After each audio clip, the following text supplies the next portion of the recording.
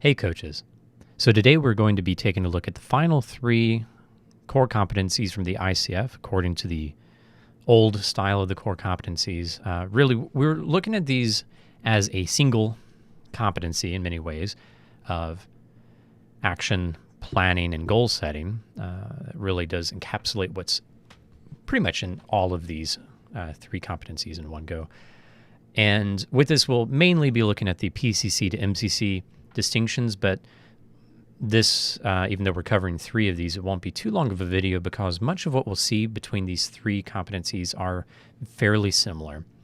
So I'm going to zoom in here to the PCC level of designing actions, action steps, and looking at what a client is going to be doing based on the work they've done in a session. So at the PCC level, minimums, of course, this is not what a PCC would want to be doing with their coaching, but the coach engages in some, but not a complete partnership with the client to develop actions. And this is an improvement from the suggested homework that the coach is guiding, they're almost assigning what needs to be done. This is a legitimate thing that you do with, you do tend to do this with a very new client. It's not a bad thing. It's just not very transformative. So if you have a client in a sponsored environment, first session, they're very low readiness. It's fine to say, hey, if I could suggest some homework just to get us started, this is the type of stuff you might do between our sessions. Here's what that might be. What are your thoughts on that suggestion? And then the more you work with that client between sessions, the more they'll do, the more they'll see the value in it, and the more they'll also see how to build their own actions to fit their agenda. So it's not necessarily a bad thing, and even the PCC, of course, the PCC is not a bad thing. It's just moving closer to partnership. This is saying that the client and the coach are on the road to partnering around actions and planning. So again, the actions are attuned to solving the situational issue. And this is a critical distinction with anything related to action planning and goal setting, that whatever is being talked about is really looking at the present issue, and whether that's the present issue of the session or the present issue of the entire relationship, the goals of the coaching. So the client has presented this initial situation in their agenda, and we're looking for the resolution to that, and we're not looking beyond the situation to other broader learning that might be inherent. So, okay, how can we fix this issue of having a conversation, a difficult conversation with your peer? Great. Have that conversation. We'll check in on how that goes. Versus now that we've explored this, what are you realizing? What are you learning about who you want to be different, or who you want to be for this peer and for others in your organization? What are you learning about the way you tend to interact with peers and coworkers similar to the one we're talking about here today? And what can you do differently as a whole when it comes to your communication? So that's where we want to be going at the PCC level minimums. It might just be actions around what's happening right now and then kind of closing it at that point. PCC level coach tends to define forward motion only in terms of the physical action even. In many ways it's physical or doing something, but not necessarily taking action on reflecting, taking action on considering what is changing in the client's life, just taking a moment to take stock of things as they are doing that physical action. Oftentimes, a client after a session will be doing something different. But you notice much more of the action planning with a higher level coach is going to be, okay, that's a given. You're doing something different. And what will you do to collect your learnings from that experience? How do you want to design the action so that it's a good, beneficial learning experience for yourself?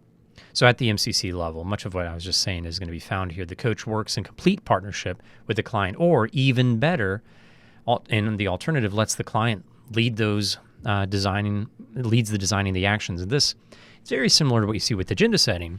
After you've done action planning all the way from maybe a first-time client, They are relying on you for a little bit of the homework. You start partnering, and then you are in full partnership with designing the actions. And eventually you can just say, so how do you want to design the actions today? And just pass the ball to them and let them go through, the SMART action planning or whatever you might use, whatever they've learned from the coaching experience so far. They just follow that process again for themselves, and the coach is there to challenge, to go deeper, and to be present as a witness. The coach and the client design actions that fit the client's goals as a whole learning style, who they are as a whole person. The coach allows action to include thinking, creating, and doing. This is in later on. It's what's in the head, what's emerging, what's being created, what's in the heart, and what is going to be done differently. So the action is beyond just the physical, just the doing.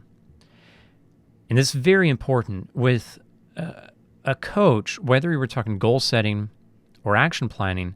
The coach needs to really you need to listen for when a client offers that their action is going to be, I'm going to do this thing differently.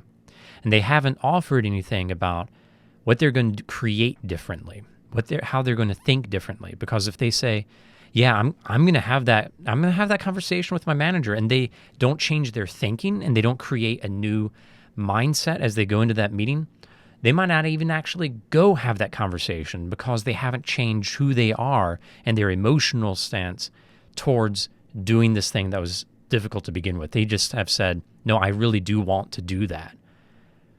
But has the coach challenged them to consider, since you've tried this in the past, what will you do to make sure you follow through this time? How will you design it differently? How will you use your creative thought to prepare well? And so the coach engages the client in relating designed actions to other aspects of what the client wants, broadening the scope of learning and growth.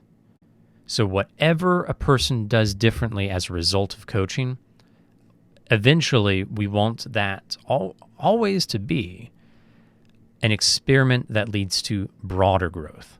That's not how a client is going to start necessarily as they have their first sessions, especially in a sponsored environment. But that's the goal of the coaching relationship in the long run, that the client is seeing themselves learn through anything they try to change. They're not just fixing, they're transforming.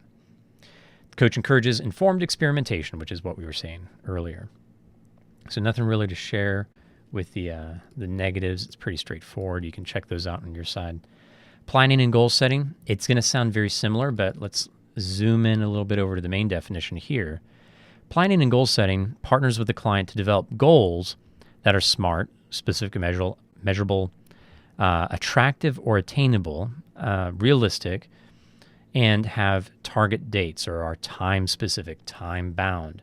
Staying aware of the client's plan, learning style, pace, and commitment to the goal. Now, this is the what would be a good highlight for this? This is the, not bad, it's just, let's make it purple. It's just kind of the starting point. It's very purple. That's the starting point, but over time, we want this to be even more meaningful. So there's like a double M of meaning, significance, a broad, the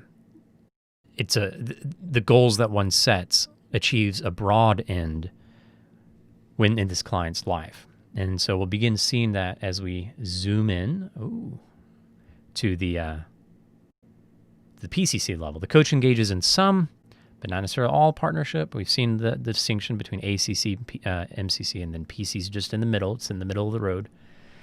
The actions are attuned to solving the situational issue as it relates to this person's stated goal. So this is where it's really solving for that SMART goal. We could even do that to say, wow, that's not the best looking, but that's saying, we've accomplished the SMART goal. It's specific, measurable, attainable or attractive, relatable, relevant, time-specific. But is it meaningful? Is it transformative? And those aren't really a part of that SMART model. It's not a part of the situational issue. And that's where we want to be going long-term. This extra note that the PCC level coach may even edit the plans presented by the client. I have a hard time even seeing this as part of the PCC minimums. This should, in my opinion, should only be like that would be a disqualifier. One of the gray pieces here, a disqualifier, is that the PCC level coach tends to edit the plans of the client. So the MCC level, the coach works with the client to clarify and develop goals that achieve more.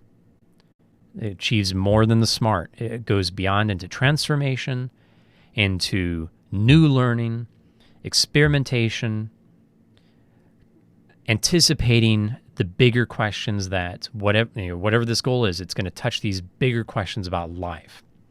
And the coach is there to challenge any goal setting or resetting goals midstream in a longer term contract. We're going to help the client reflect on how this goal is beyond just fixing the career transition, getting that promotion, and so on. The coach lets the client lead in designing goals and planning, or allows or it has partnership. It's the reverse of the other one. It's either in partnership or lets the client do all the work. The coach and client create goals and plans. Actually, let me back up. This is more likely to happen with an executive or a high readiness experienced person. That's kind of the starting point. Less likely to happen in a or a client experience where it's their first time being coached. They're starting at that ACC level and they grow, and maybe as you redesign goals, you're just in partnership. So this is really almost like a different type of coaching. That's when you're coaching executives, coaching someone who's very experienced in coaching.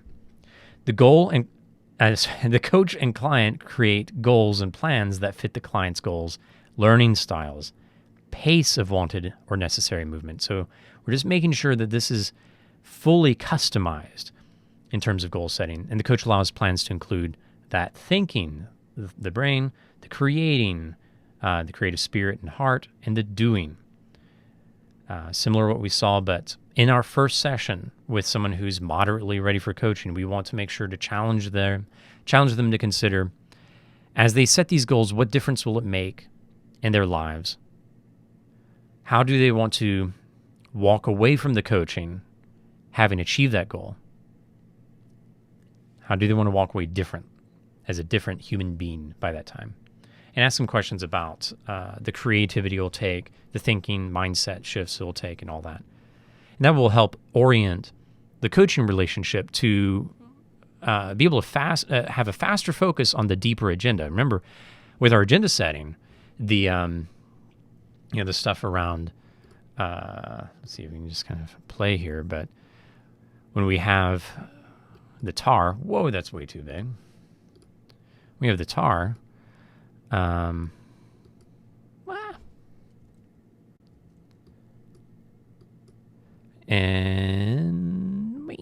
there we go. We have transformation, areas to address, and the measurable result. But that transformation, which is beautiful, the transformation is the hard one sometimes for a new person to explore. But if we've set the overall goal setting to be more transformative in the first place, then whatever comes out of the experience is going to be more. They're going to be set up for a more impactful agenda as a whole, and they will have their mindset shifted towards more impactful individual sessions, because they know that this career transition is more about who they are becoming rather than just getting this next thing done in order to get that retirement or in order to get that promotion. It's going to change who they are. So they're more primed for the transformative questions. They're more primed for the deeper agenda setting. But as we've seen with the agenda setting, if we start an agenda and as well as a goal setting of the entire relationship with less focus on transformation, the mindset shifting, the creative thinking, then it's going to impact the level we'll naturally be able to go in the relationship. We want to make sure to set things up well at the beginning and reorient the goal setting And anytime we're in a session, reflect on how the goals are being accomplished within the session through the work of the client. So the coach also engages the client in relating goals and plans to other aspects of what the client wants, broadening that scope of learning as they achieve something, highlighting how that achievement relates to the rest of their lives. Now, going down here, we're looking at accountability. Real quick review at the lower level of ACC. The coach tends to suggest forms of accountability that are parental in nature and one-dimensional. PCC is on the road to MCC, so we'll just close with this. That at the MCC level, the client helps to determine or determines totally who should be on their accountability team, how to use each person, including whether or not they are going to leverage the coach directly. And they'll just create their own accountability and support methods, and the coach fully trusts those methods, that the client will be accountable to themselves. And when needed, they'll lovingly call the client to account. So we've looked at this before. Just a quick reminder that in the end, we want this client to be stronger in their ability to hold themselves accountable by the end of the coaching relationship, rather than at the end of the coaching relationship for them to say, wow, I don't know how I'm going to run my life without you.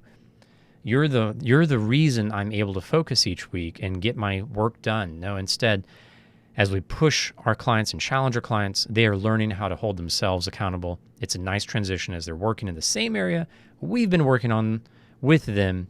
They'll hold themselves accountable well because they've established that accountability process with the coach for themselves. There's a lot to cover, but we got through 3. It's not too bad, and much of it is similar.